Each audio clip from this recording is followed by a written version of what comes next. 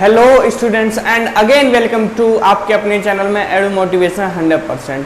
आज हम शुरू करने वाले हैं सिविक्स और आज हम करने वाले हैं पावर शेयरिंग।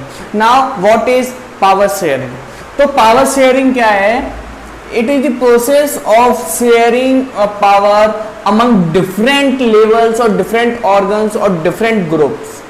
ठीक है, किसी पावर का जो शेयर होना, जैसे आप अपनी कंट्री में, हमारी कंट्री में देखेंगे तो कुछ सबके पास में अपनी अपनी पावर्स है। स्टेट के पास अपनी पावर है, लोकल के पास अपनी पावर है और सेंट्रल के पास अपनी पावर है।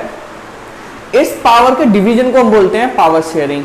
तो आप देखते हैं 3 टाइप्स से जो है पावर को क्या किया गया है, डिवाइड किया गया है। Power among different organs of government, among different levels of government and among different social groups। तो मैं बात करूं among different organs of government, तो इसको हम क्या बोलते हैं? Horizontal power sharing. Horizontal power sharing भी बोलते हैं।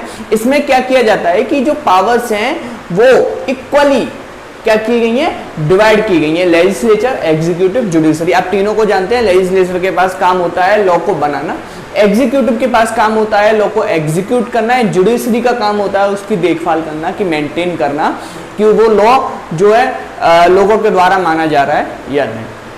तो इन तीनों के पास में क्या है, जो पावर्स है वो क्या है, इक्वल है। They basically checks to each other, check करते हैं एक दूसरे को, इसलिए इसको, इस सिस्टम को एक नाम और देते हैं, चेक एंड बैलेंसेस। ठीक है, चेक एंड बैलेंसेस भी नाम देते हैं। तो इन तीनों का आप समझ में आ गया। हॉरिजॉन्टल पावर शेयरिंग क्या है? जिसमें इक्वल पावर्स डिवाइड की जाती हैं एक ही लेवल पर।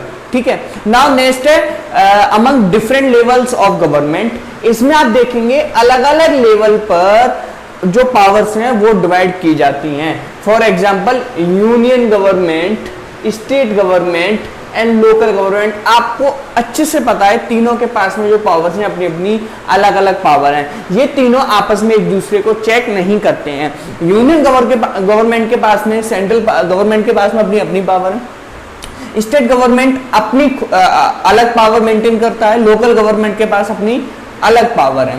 ऐसे ही अमंग डिफरेंट सोशल ग्रुप्स। इसकी क्या जरूरत पड़ी? Community government in Belgium.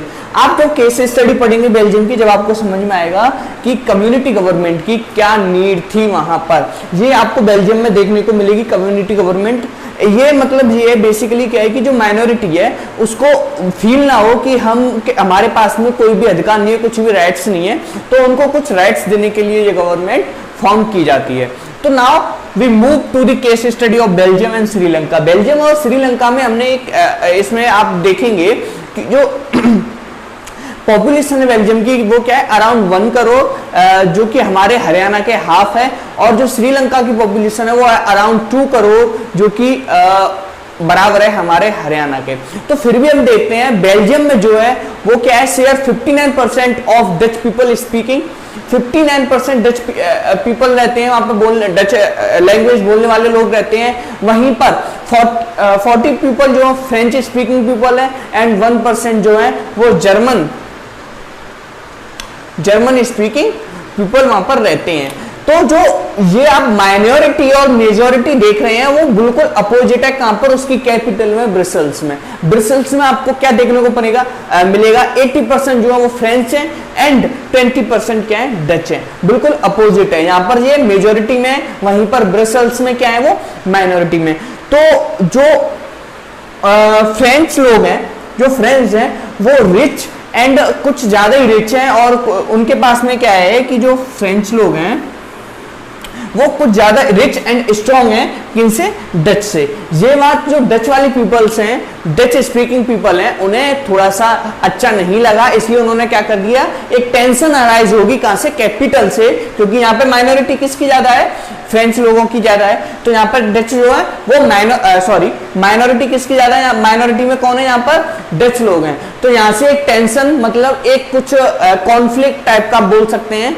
Conflict का मतलब मैं आपको बता दूं, कॉन्फ्लिक्ट का मतलब है एक वॉर जो कि विद इन दी कंट्री। ठीक है, small war with in the country है। आप छोटे मोटे वॉर्स जो आप देखते हैं, दंगे वगैरह, उन्हें हम कॉन्फ्लिक्ट्स बोल सकते हैं, सिविल वॉर बोल सकते हैं। ठीक है, तो ना कैपिटल ब्रसेल्स में आप उन्होंने देखा कि जो डच लोग हैं उन्होंने क्या कर दिया, टेंशन यहाँ से अराइज होगी, जिसके बिहाफ पर बेल्जियम को एकोमोडेट कैसे किया गया, कैसे सेटल हुआ बेल्जियम। तो जो बेल्जियम की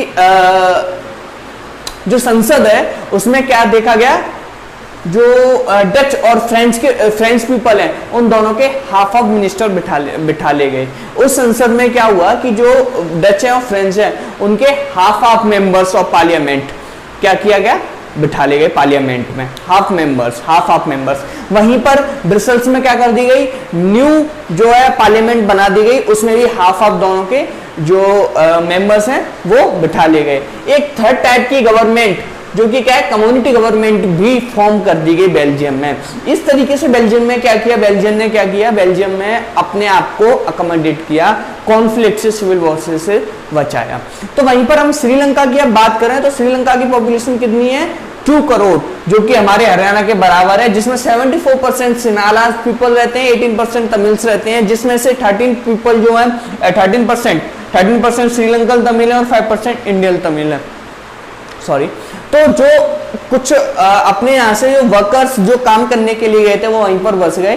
तो उन्होंने क्या देखा, वहां पर क्या हो रहा था, वहां पर एक मेजोरिटेरियन तरह का सिस्टम फॉलो किया जा रहा था। नाउ व्हाट इज मेजोरिटेरियन, इसमें आप देखेंगे ये क्या सिस्टम है, ये एक ऐसा सिस्टम है जिसमें ये माना जाता है कि जो मेजोरिटी है वही गवर्न करेगी कंट्री को, उस सिस्टम को बोलते हैं मेजोरिटेरियन। तो यहाँ पे आप देखेंगे किसकी मेजोरिटी है, सिनाला पीपल की। तो उनका बिलीव था कि सिनाला ही गवर्न करेंगे, सिनाला ही राज करेंगे और जो माइनॉरिटी में उनके कुछ भी अधिकार नहीं है। तो ऐसा ही उन्होंने क्या किया, 1956 में एक जो है लॉ आया जिसने रिकॉग्नाइज किया कि सिनाला लैंग्वेज को ऑफिशियल लैंग्वेज रिकॉग्नाइज करती है।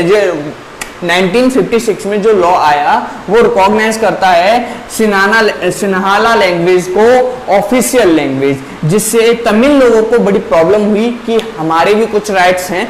लेकिन फिर इतना ही नहीं, उसमें क्या किया गया, जो सिन्हाला पीपल हैं उन्हें कुछ स्पेशल अधिकार दिए गए, स्पेशल राइट्स दिए गए, जैसे कि उन्हें जॉब्स में और स्टडी में क्या हुआ, अलग से एक रिजर्वेशन मिलने लगा, हाई रिजर्वेशन, उनके लिए जॉब्स की सीट पहले से ही खाली रहती थी, ठीक है। इस तरीके से कुछ अलग से राइट्स मिले जिनसे क्या हुआ, तमिल्स को प्रॉब्लम हुई और वहां पे क्या हुआ, एक कॉन्फ्लिक्ट हुआ, सिविल वॉर अराइज हुआ। उस सिविल वॉर की वजह से क्या हुआ, फिर कुछ भी नहीं, मतलब जो श्रीलंका में क्या देखा गया है कि जो सिविल वॉर हो रहा है, पीपल्स में क्या होगी, अनबनी हुई, उसकी आपने यहाँ पर देखा अनबनी हुई। तो यहाँ पर इन्होंने क्या किया, पावर को शेयर नहीं किया।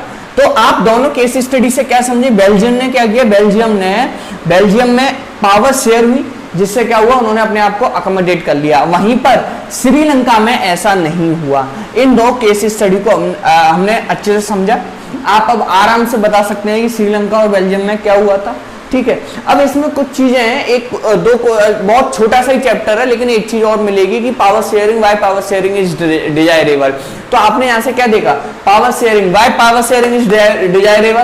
तो it reduces the possibility of conflict, it maintain the spirit of democracy, है ना, और पॉलिटिकल जो स्टेबिलिटी है वो भी मेंटेन करती है। यहां पर आपने देखा कुछ भी, अब सिविल वॉर हो रहा था, कुछ भी किसी के भी, सबके अपने अपने राइट्स, सबको पावर अपनी अपनी दे दी, सब लोग अपने संतुष्ट थे, सेटिस्फाई थे, ठीक है। तो आपने अब पावर शेयरिंग का, why power sharing is desirable, and उसके टाइप्स भी आपने पढ़े, दोनों का केस स्टडी भी समझा। इस चैप्टर में बस इतना ही, आप अच्छे से कर लेना।